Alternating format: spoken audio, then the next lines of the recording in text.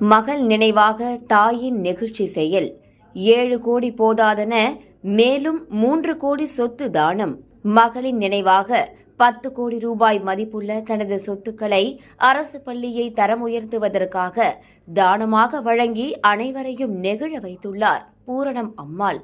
மதுரை மாவட்டம் கேபுதூர் அருகே உள்ள சர்வேயர் காலனி பகுதியைச் சேர்ந்த பூரணம் என்பவர் தனது மகள் ஜனனியின் நினைவாக 7 கோடி ரூபாய் மதிப்புள்ள சொத்தை தான் படித்த அரசு பள்ளிக்கு தானமாக வழங்கினார். கொடிக்குளம் கிராமத்தில் உள்ள ஊராட்சி ஒன்றிய நடுநிலைப் பள்ளியை உயர்நிலைப் பள்ளியாக தரம் உயர்த்துவதற்காக தனது சொத்தை தானமாக வழங்கியிருந்தார் பூரணம். பள்ளி கட்டடத்தை கட்டிக்கொள்வதற்காக அவர் கொடுத்த 1 ஏக்கர் 52 சென்ட் சொத்தின் மதிப்பு ரூபாய் 7 கோடியாகும்.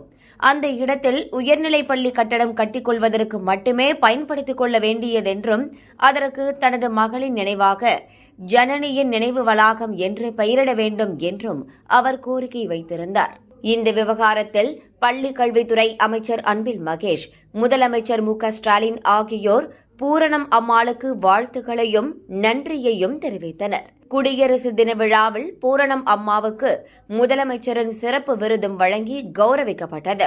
இந்த நிலையில் அதே பள்ளிக்கு கட்டுமானம் கட்டுவதற்கு கூடுதலாக 91 சென்ட் நிலத்தையும் தற்போது தானமாக வழங்கியுள்ளார் பூரணம் அம்மாள்.